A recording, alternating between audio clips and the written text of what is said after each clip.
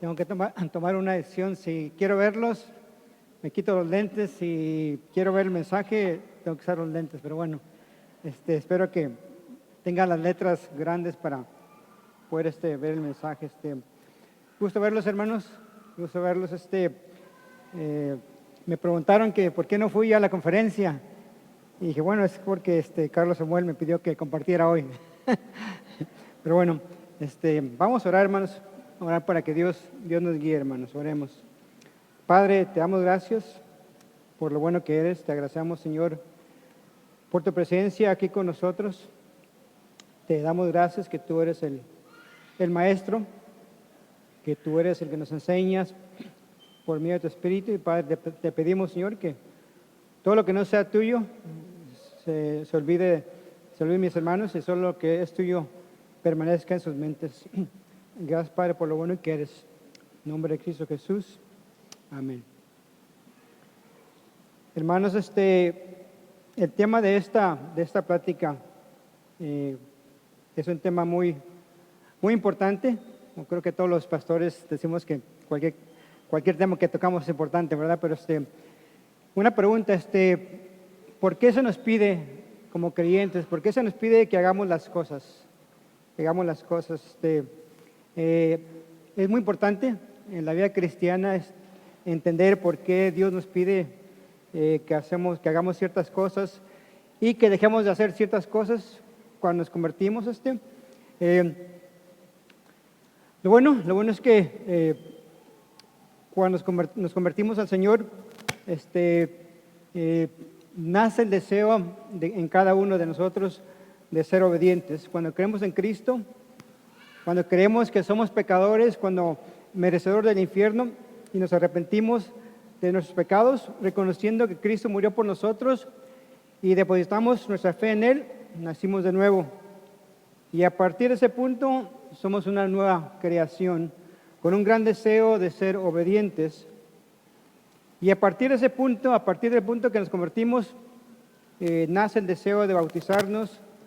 Queremos celebrar la cena del Señor, queremos usar los dones que Dios nos da, queremos amar a nuestra esposa, queremos respetar a los esposos, queremos dejar de pecar sexualmente, empezamos a preocuparnos los unos por los otros y empezamos a cumplir con lo que Dios nos pide. Pero es muy importante que comprendamos por qué se nos piden estas cosas, que cumplamos con estos mandamientos, bautizarnos, celebrar la cena del Señor, usar los dones que Dios nos da, amar al esposo, respetar al esposo, no pecar sexualmente, preocuparnos por los hermanos en la fe. O sea, hay muchos mandamientos que Dios nos da en la vida como creyentes. Y es muy importante entender por qué se nos pide que hagamos estas cosas. Muy importante, porque si no entendemos y comprendemos la razón principal por la cual se nos pide que cumplamos con esos mandamientos, vamos a cumplir por motivos secundarios, aunque quizás sean correctos, o vamos a cumplirlos por los mismos motivos que el mundo los cumple. Les doy un ejemplo.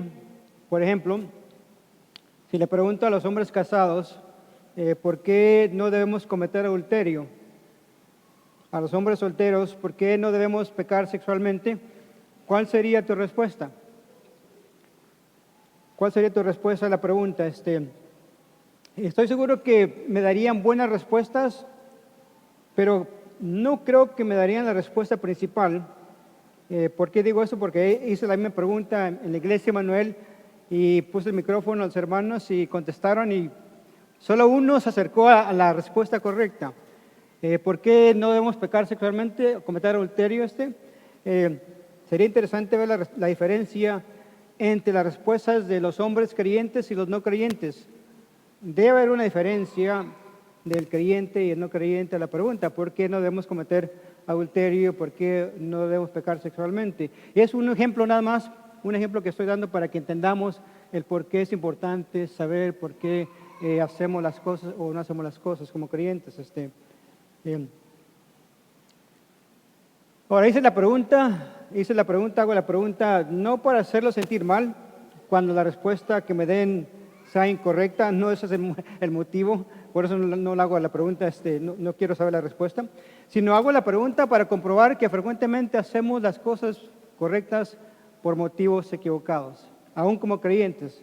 Y recalco, es muy importante que sepamos por qué obedecemos, por qué se nos pide obedecer los mandamientos de Dios, por qué cuando nos convertimos se nos pide que dejemos de hacer algunas cosas y empecemos a hacer otras. Muy importante. Voy a recalcarlo mucho porque cuando salgan de este lugar, digan, ¿de qué habló el hermano? Quiero que recuerden de qué les hablé. No tanto porque yo lo diga, sino porque la palabra lo dice. Quizá alguien dirá, bueno, no importa si yo sepa el por qué o no por qué, mientras yo esté cumpliendo lo que Dios me pide, ¿qué importa si desconozco la razón principal por la cual Dios me pide que haga las cosas? Bueno, hay muchas razones por las cuales un hombre no comete adulterio, pero no todas estas razones le agradan a Dios. Cuando hombres incrédulos, ¿cuántos hombres incrédulos no han cometido adulterio? Y su destino es el infierno. No es la conducta externa la que le interesa a Dios, sino el corazón. Todos conocemos la historia en el Antiguo Testamento cuando Dios descartó al rey Saúl y decidió escoger a otro rey y mandó a Samuel a la casa de Isaí, que tenía 8 hijos, y fue Samuel a ungir el próximo rey. Va a la casa de Isaí y ve a uno de los hijos de Isaí, y piensa, ve a Eliab, uno de los hijos de Isaí, y piensa que este es el que Dios ha escogido, y dice, piensa Samuel, este es el que Dios creo que va a escoger y luego Dios le dice internamente, no mires a su parecer ni lo grande de su estatura, porque yo lo desecho, porque Jehová no mira lo que mira el hombre, pues el hombre mira lo que está delante de sus ojos, pero Jehová mira el corazón. Ahora, Samuel está enfocándose en lo físico de Eliab, pero el punto es que Dios no se fija en la conducta externa del ser humano, si es buena o mala, sino lo que Dios se fija es el corazón. ¿De dónde procede esa acción? Muchos hombres no creyentes no cometen adulterio, pero no por eso significa que todo está bien. O sea que lo importante es por qué hacemos lo que hacemos como creyentes. Cuando nos convertimos al Señor, Dios nos pide que hagamos ciertas cosas y dejemos de hacer otras cosas. Ahora, ¿cuál es la razón principal?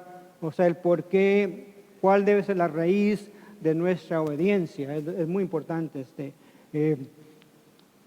La razón principal por la cual nos pide Dios que cumplamos tiene que ver con la obra maravillosa que Dios hace con nosotros cuando creemos en Cristo. Y aquí es algo muy importante que creo que lo sabemos quizá a nivel intelectual, muchos de nosotros lo conocemos, lo hemos escuchado, pero tiene que pasar de nuestra mente a nuestro corazón para que apropiemos por fe la maravilla de lo que Dios hace cuando nos convertimos.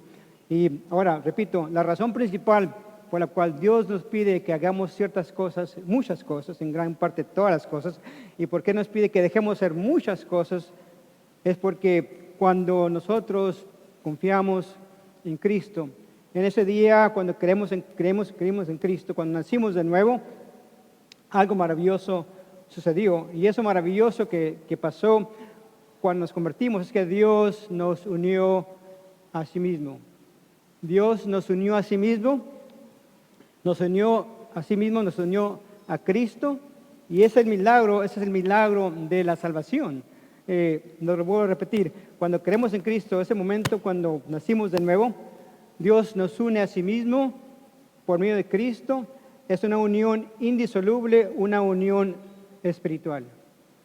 Y esa es la base, esa es la esencia del cristianismo, es la esencia de la vida cristiana. No somos nosotros intentando de imitar a Cristo, no es nosotros humanamente intentando cumplir con sus mandamientos, sino que lo que Dios hace cuando nos convertimos, que Dios viene y entra en nosotros y nos une a Cristo. Ese milagro, esa maravilla que es difícil de captar, difícil de comprender, pero es una realidad espiritual. Esa es la esencia de la vida cristiana. Y cuando comprendemos y captamos eso y y lo vimos, realmente entendemos el por qué Dios nos pide que hagamos ciertas cosas y dejemos de hacer otras. Lo repito, cuando creemos en Cristo, Dios nos une a sí mismo por medio de su Hijo. Y esa unión indisoluble, una unión espiritual. Cristo oró por sus discípulos antes de ir a la cruz. Y Cristo oró por sus discípulos y oró por nosotros. Y la oración de Cristo por los discípulos era la siguiente.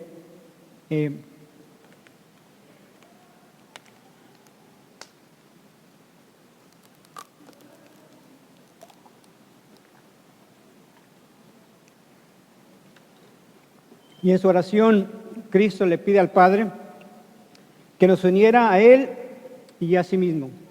En la oración, Cristo le pidió al Padre que nos uniera a los discípulos a Él y a nosotros que a futuro íbamos a creer en Él, que nos uniera a sí mismo. Cristo dijo lo siguiente, pero no ruego, Cristo orando a su Padre, pero no ruego solo por esos mis discípulos, sino también por los que han de creer en mí, para que todos sean uno, como tú, oh Padre, estás en mí y yo en ti, que también ellos estén en nosotros, que todos sean uno, como tú, oh Padre, estás en mí y yo en ti, que también ellos estén en nosotros, para que sean uno, así como nosotros somos uno, yo en ellos y tú en mí. Yo en ellos y tú en mí. En el Antiguo Testamento, Dios estaba con su pueblo, pero no estaba en su pueblo. Hay una gran diferencia del Antiguo Testamento al Nuevo Testamento. O sea que yo en ellos y tú en mí. Es la realidad espiritual, es la realidad de cada uno de nosotros que nos hemos convertido.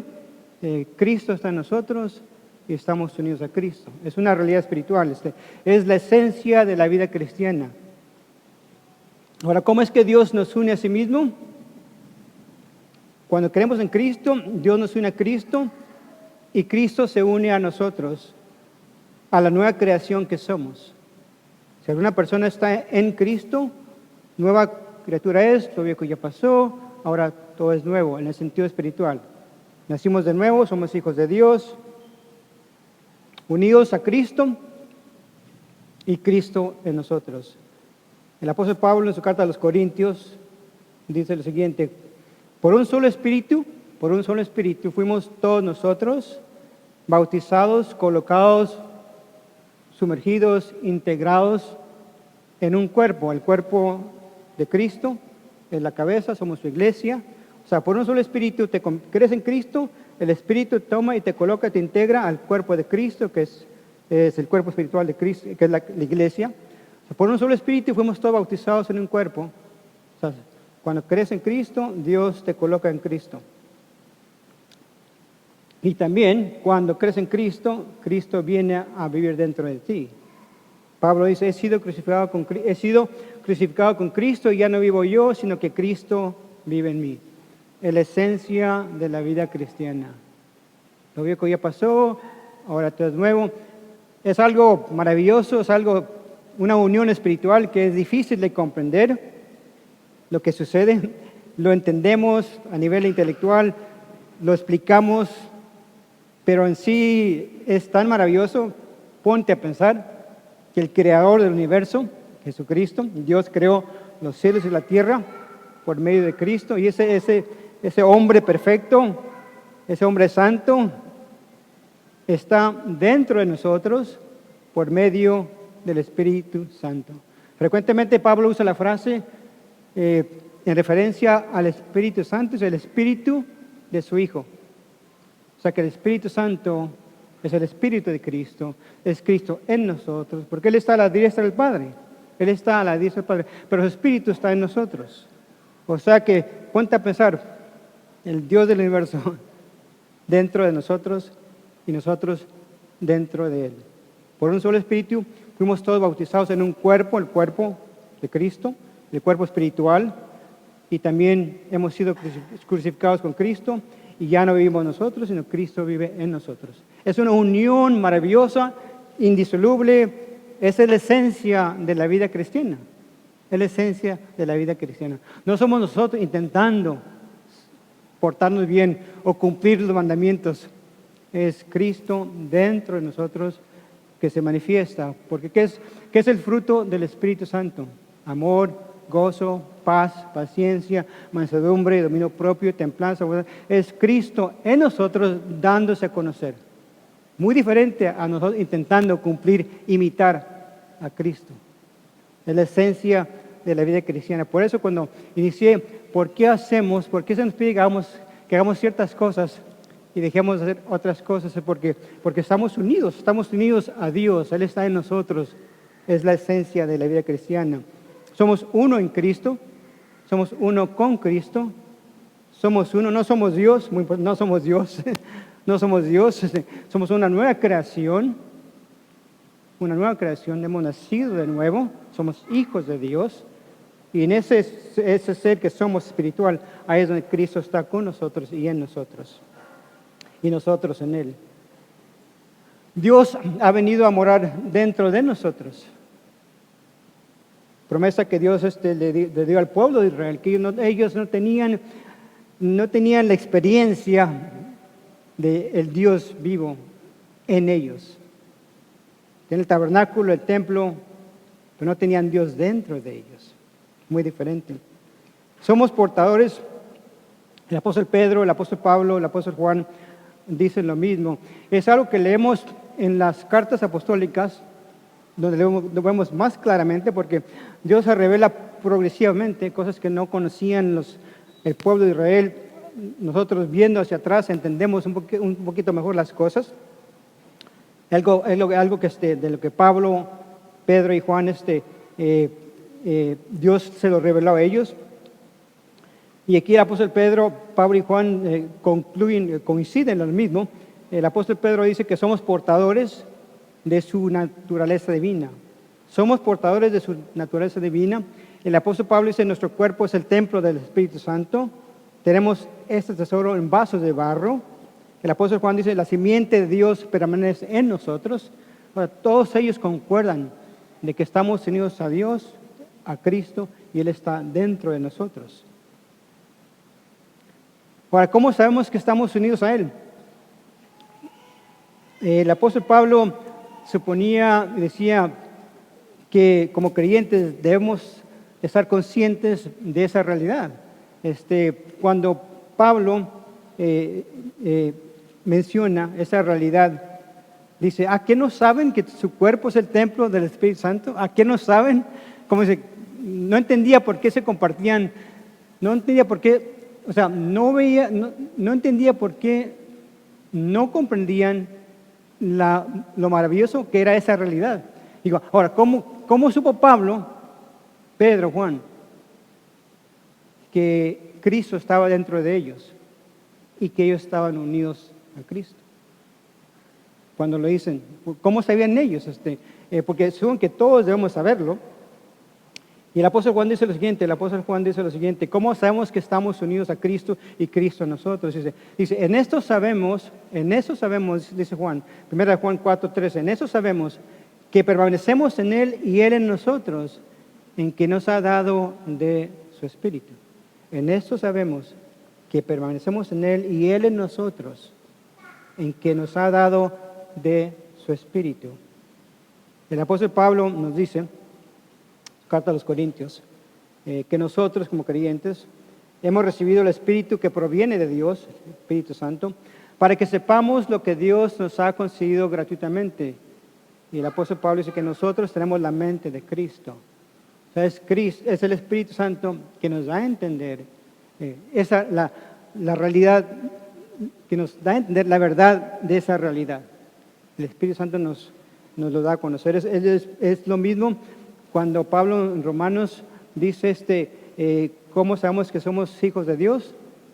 Dice, el Espíritu Santo nos da a entender que somos hijos de Dios. Afirma a nuestros corazones que somos hijos de Dios.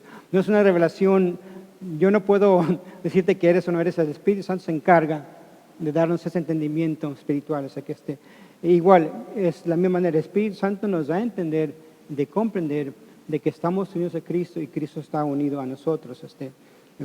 Todo, absolutamente todo en nuestra vida cristiana tiene que ver con esa realidad, que somos uno con Dios, uno con Cristo, que estamos unidos a Él y Él está unido a nosotros. Todo es la esencia de la vida cristiana.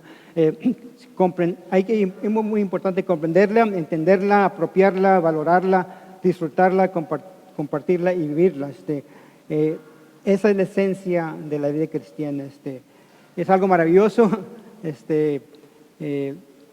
no solo saberlo, sino experimentarlo, vivirlo. El poder, la fuerza, la motivación para cumplir lo que Dios nos pide, tiene mucho que ver con comprender la realidad espiritual de que estamos unidos a Él. Es algo maravilloso. Y cuando Pablo habla en cuestión de lo que nos pide que hagamos, frecuentemente dice, ¿a qué no saben? ¿A qué no saben? ¿A qué no saben de que estás unido a Cristo? Voy a mencionar 7 cosas, y hay muchas cosas. Tenía 11 cosas, pero por cuestión del tiempo eliminé como unas 4, pero tenía 7 cosas que Dios nos pide que hagamos cuando nos convertimos. Y que cada una de estas cosas que Dios nos pide que hagamos tiene que ver, la razón principal por la cual nos pide que hagamos esas 7 cosas es porque estamos unidos a Cristo. Y Cristo está en nosotros, estamos unidos al Señor, a Dios. Si yo te hago la pregunta, ¿por qué debemos bautizarnos? Me darías una respuesta. ¿Por qué debemos tomar parte de la cena del Señor? Me das una respuesta. Si yo te pregunto, ¿por qué debemos usar nuestros dones? Me darías una respuesta. Si te pregunto, ¿por qué debe el esposo amar a su esposa? ¿Por qué debe la esposa respetar a su esposo? ¿Por qué no debemos pecar sexualmente? ¿Por qué debemos preocuparnos los unos por los otros? Y la respuesta que tú me des quizás sea correcta en sí, pero estoy seguro que en gran parte la mayoría de nosotros no diríamos que Dios nos pide que hagamos estas cosas porque estamos unidos a Cristo y Él está unido a nosotros. Es por eso que Dios me pide que haga estas cosas. Y lo digo porque voy a mencionar pasajes de la Biblia donde se nos pide que hagamos estas cosas y se nos dice la razón, el por qué. Todo el mundo sabe que es bueno que sus esposos amen a sus esposas, que la esposa respete a su esposo, que no cometamos adulterio, pero si sin Dios caemos en solo una moralidad. A nosotros se nos pide como creyentes, se nos pide cumplir con Dios por motivos diferentes del mundo. Voy a mencionar 7 cosas, enfocándome en la razón que los apóstoles nos dan del por qué cumplir estas cosas. Por ejemplo, ¿por qué se nos pide que nos bauticemos? ¿Por qué se nos pide que nos bauticemos? Quizá algunos dirán, bueno, hay que bautizarnos porque así públicamente damos a entender que hemos creído en Cristo. O vamos a bautizarnos porque es un paso de obediencia. Y podrán decirme muchas otras razones que son correctas, pero la razón principal por la cual nos bautizamos, y es lo que yo le digo a los hermanos que quieren bautizarse, ¿por qué quieres bautizarte? Y me dicen buenas razones, pero digo, ¿por qué quiere Dios que te bautices? Bueno, ¿qué es lo que dice Pablo? Romanos 6:4. Porque somos sepultados juntamente con Él, con Cristo, para muerte, por el bautismo, a fin de que como Cristo resucitó de los muertos, así también nosotros andemos en vida nueva. O sea que, ¿por qué se nos pide que nos bauticemos? Porque, de acuerdo a cómo Dios ve las cosas, cuando Cristo murió en la cruz, de alguna manera, como Dios es eterno y ve el video, hace el video antes de que cuando Cristo murió en la cruz, adentro de Él, como representante, estábamos nosotros. Y si Él murió, también nosotros. Hemos muerto con Él, hemos resucitado con Él. Y el bautismo es un símbolo, una expresión visible de una realidad espiritual, O sea que, como creyentes, yo le digo a los hermanos, mira, cuando te baja el agua, es un símbolo de que cuando Cristo murió, tú también sales del agua, un símbolo, una expresión de que cuando Cristo resucitó, tú también, porque tú estabas en Él. Es un entierro y una resurrección. O sea que te pido que te bautices porque cuando tú creíste, Dios te unió. Bueno, antes de que, no es cuando tú crees, sino cuando tú crees, se hace realidad lo que pasó hace 2000 años. O sea que nos bautizamos porque es una expresión de nuestra muerte y nuestra resurrección, que nos une a Cristo. Yo le digo a los hermanos, ¿por qué no te puedes tú bautizar? Solo vas al mar y te bautizas porque, y dicen, pues no sé, ¿por qué no puedo ya bautizarme? ¿Por qué tienen que bautizarme? Porque los muertos no se entierran, alguien tiene que enterrarlos. Porque somos sepultados, enterrados juntamente con Él para muerte por el bautismo, a fin de que con Cristo resucitó de los muertos, y también nosotros andemos en vida nueva. O sea que igual se nos pide que nos bauticemos. ¿Por qué? Porque es una expresión de una realidad de que hemos muerto con Cristo, hemos resucitado, somos una nueva creación. O sea que es un símbolo de una realidad. Se nos pide que nos bauticemos porque estamos unidos a Cristo. ¿Por qué se nos pide que celebremos la cena del Señor? Bueno, Cristo dijo, hagan esto en memoria de mí, que es correcto, ¿verdad? Hagan esto en memoria de mí, por eso celebramos la cena del Señor. Pero Pablo dice, en 1 Corintios 10, 16, la copa de bendición que bendecimos, en referencia a la cena del Señor, la copa de bendición que bendecimos no es la participación en la sangre de Cristo, el pan que partimos no es la participación en el cuerpo de Cristo, puesto que el pan es uno, nosotros que somos muchos, somos un cuerpo, pues todos participamos de aquel mismo pan. O sea, cuando celebramos la cena del Señor, ¿qué estamos diciendo? Somos uno, un solo pan, somos uno con Él, somos un cuerpo, espiritualmente somos uno. O sea, celebramos la cena del Señor expresando de que somos uno, estamos unidos al Señor. ¿Por qué se nos pide que usemos los dones que Dios nos da? Pablo en Romanos 12, pues así como cada uno de nosotros tiene un solo cuerpo con muchos miembros y no todos los miembros desempeñan la misma función, también nosotros, siendo muchos, formamos un solo cuerpo en Cristo y cada miembro está unido a todos los demás. ¿Por qué se nos pide que usemos los dones? Porque estamos unidos al cuerpo de Cristo, el cuerpo espiritual. Y como todos tenemos un cuerpo, tiene muchas partes, cada parte tiene su diferente función. Igual nosotros usamos los dones que Dios nos dio porque estamos unidos a Cristo espiritualmente. Por eso usamos los dones que Dios nos dio. ¿Por qué se nos pide que amemos a la esposa? ¿Por qué que amemos a la esposa? Pablo, Efesios 5, así mismo el esposo debe amar a su esposa como a su propio cuerpo. El que ama a su esposa se ama a sí mismo, pues nadie ha odiado jamás a su propio cuerpo. Al contrario, lo alimenta y lo cuida. Aquí Pablo está mencionando una realidad espiritual, que cuando Dios dijo en Génesis, el hombre dejará a su padre, a su madre, se unirá a su mujer y serán una sola persona. Somos uno con la esposa, o sea, somos uno. Si le hago daño a ella, me hago daño a mí mismo, porque somos uno. El que ama a su esposa se ama a sí mismo. Pero cuando Pablo dice eso, menciona algo muy importante. Dice, así como Cristo, dice, pues nadie ha odiado jamás a su propio cuerpo, al contrario, lo alimenta y lo cuida. Así como Cristo hace con la iglesia, porque somos miembros de su cuerpo. Aquí Pablo está hablando del matrimonio, del esposo y la esposa. ¿Por qué menciona el cuerpo de Cristo? Es la cabeza, somos su iglesia. ¿Por qué? Porque yo debo amar a mi esposa como un reflejo, como un símbolo, como una expresión de lo que es la iglesia, porque estamos unidos a Cristo espiritualmente. Entonces, igual como estoy unido a mi esposa, sé que es la razón por la cual yo debo amar a mi esposa, porque el matrimonio es un reflejo de la relación de la iglesia con Cristo. Él es la cabeza, somos su cuerpo. O sea que es igual. Amamos a la esposa porque somos uno con ella. Pero detrás de eso está la realidad de que amo a mi esposa porque también soy unido al cuerpo de Cristo. Él es la cabeza y somos la iglesia, su cuerpo. ¿Sí? ¿Por qué se le pide a la esposa que respete a su esposo? Dice Pablo Efesios, porque el esposo es cabeza de su esposa. Y le dice, así como Cristo es la cabeza de la iglesia, la cual es su cuerpo. O sea, el matrimonio, el esposo, la esposa, en ambos casos Pablo menciona de que lo hacemos, amamos, respetamos, porque detrás del amor y el respeto está la unión indisoluble que tenemos con Cristo. Estamos unidos a Él y Él a nosotros.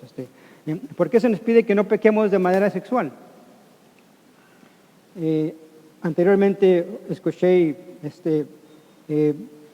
lo que frecuentemente decimos a los jóvenes, que no se enamoren de un joven no cristiano, que no se casen con un joven no cristiano. Y te haré la pregunta, ¿qué razones damos? Si te pregunto, ¿por qué le dices a tu hijo, no te enamores con una muchacha no creyente? Y quizá diremos, es que la Biblia dice que no te unes en yugo desigual, que es correcto, ¿verdad? Que es correcto. Pero cuando Pablo dice eso, menciona el por qué. ¿Por qué no te casas con una persona no cristiana? Porque eres luz. Eres luz, no eres tinieblas. Dios es luz, somos luz, estamos unidos a Él y por eso no me caso con una persona cristiana. Aquí en Romanos 6, igual dice Pablo, el que se une al Señor, un espíritu es con Él. El que se une al Señor, un espíritu es con Él. Cuando nos convertimos, Dios nos une al Señor, somos uno con Él. El que se une al Señor, un espíritu es con Él. Y luego Pablo continúa, huyan de la fornicación, pecado sexual. Cualquier otro pecado que el hombre cometa está fuera del cuerpo, mas el que fornica contra su propio cuerpo peca. O sea, ¿qué es lo que está diciendo aquí Pablo? No pecamos sexualmente. Hice la pregunta al principio, ¿verdad? ¿Por qué no debemos pecar? ¿Por qué no debemos cometer adulterio? ¿O por qué no debemos pecar sexualmente? Y como comenté, me van a dar muchas razones, quizá buenas, pero no es la razón correcta, la razón principal correcta por la cual no debemos nosotros, como hombres o mujeres, cometer adulterio. ¿Por qué? Porque el que se une al Señor es un espíritu con Él. Cuando Pablo habla del pecado sexual en Corintios, dice, somos miembros de su cuerpo. Entonces, ¿te unirás tu cuerpo a una ramera? No, porque estamos unidos al Señor. O sea que no pecamos sexualmente porque estamos unidos al Señor. Igual, lo mismo, se nos pide que hagamos ciertas cosas, dejemos de hacer ciertas cosas porque estamos unidos a Él. Estamos unidos a Él. Es la razón principal. Cualquier otro pecado que el hombre cometa está fuera del cuerpo, mas el que fornica contra su propio cuerpo peca. Igual, Pablo menciona lo mismo que mencionó en el matrimonio, que el hombre y su esposa son uno. Aquí, si yo peco sexualmente, no solo peco contra mi propio cuerpo, pero peco contra el Señor porque estoy unido al Señor. Es la razón principal. No pecamos sexualmente porque estamos unidos al Señor. ¿Por qué se nos pide que nos preocupemos los unos por los otros, como hermanos? Pablo, Romanos 12:5. Nosotros, siendo muchos, somos un cuerpo en Cristo y todos miembros los unos de los otros. O sea, debemos preocuparnos los unos por los otros porque somos un cuerpo. Es la razón principal. Porque yo te puedo decir, bueno, preocúpate por tu hermano. Y más una razón, muchas razones buenas, pero no es la razón principal por la cual Dios nos pide que hagamos eso. Somos uno con el Señor. Y toda nuestra obediencia parte de esa realidad. Somos uno con el Señor. Cuando nos convertimos, nacimos de nuevo, y toda nuestra obediencia parte de esa realidad. Nos bautizamos, participamos de la cena del Señor, usamos nuestros dones, amamos a la esposa, respetamos al esposo, no pecamos de manera sexual, nos preocupamos los unos por los otros, porque somos uno. Y podría continuar con más ejemplos bíblicos donde Dios dice, no hagan esto porque están unidos a mí. Somos uno. No hagan esto porque haz esto porque estás unido a mí. Es la razón principal. La vida cristiana es una maravilla. ¿Por qué nos bautizamos? Porque estamos unidos a Él. ¿Por qué celebramos la cena del Señor? Porque estamos unidos a Él. ¿Por qué usamos los dones? Porque estamos unidos a Él. ¿Por qué amamos a la esposa? Porque estamos unidos a Él. ¿Por qué respetamos a la esposa? Porque estamos unidos a Él. ¿Por qué no pecamos sexualmente? Porque estamos unidos a Él. ¿Por qué nos preocupamos los unos por los otros? Porque estamos unidos a Él. Es la esencia de la vida. Lo repito porque es la esencia de la vida cristiana. Y hasta que Dios no abra nuestros ojos. El último canto que cantamos, me gustó mucho el canto, porque en ese canto Creo que dice que ábreme los ojos, Señor, para ver las riquezas de Jesús, las maravillas de Jesús, porque podemos conocer algo a nivel intelectual. Hay una gran diferencia en conocer algo a nivel intelectual a conocerlo por medio de experiencia del Espíritu Santo. Porque si no lo conocemos, si no lo experimentamos, viene siendo solo información. Información que almacenamos, sí, ya lo sé. Pero si no transforma mi vida, si no me cambia, si no me hace más como Cristo, entonces viene siendo solo información. Y es algo muy importante, la realidad de que somos uno con el Señor. Bueno, la pregunta importante, ¿estás unido a Cristo? ¿Está Cristo en ti? ¿Estás unido a Cristo? ¿Está Cristo en ti? Es la maravilla de la vida cristiana, ¿verdad? Que Él viene y entra a nosotros, nos cambia por dentro, nos da una nueva vida. Odiamos lo que Dios odia, amamos lo que Él ama, empezamos a amar lo que Dios ama.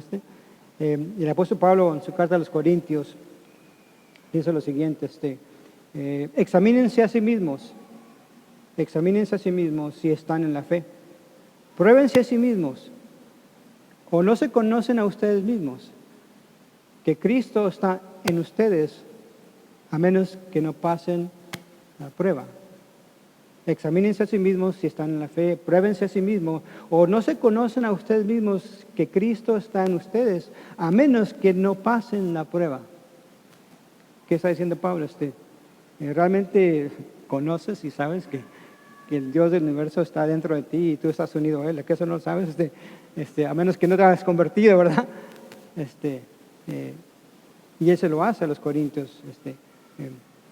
Ahora, ¿qué tenemos que hacer para que Dios nos una a Cristo y ponga a Cristo en nosotros? Bueno, creo que todos los que ya nos hemos convertido, sabemos muy bien, ¿verdad? ¿Qué es lo que se requiere? Es muy importante que reconozcamos que somos pecadores, que merecemos un castigo. La paga del pecado es la muerte. Que reconozcamos que Dios nos ama, mandó a su Hijo Jesús a tomar su lugar en la cruz por nosotros. Dice Pablo, mas Dios muestra su amor para con nosotros en que siendo aún pecadores, Cristo murió por nosotros. Y si te arrepientes de tus pecados, crees en Cristo como tu Señor y Salvador, entonces Dios te une a Cristo y envía a Cristo a vivir dentro de ti. En el Antiguo Testamento, Dios le dio al pueblo judío los mandamientos, la ley.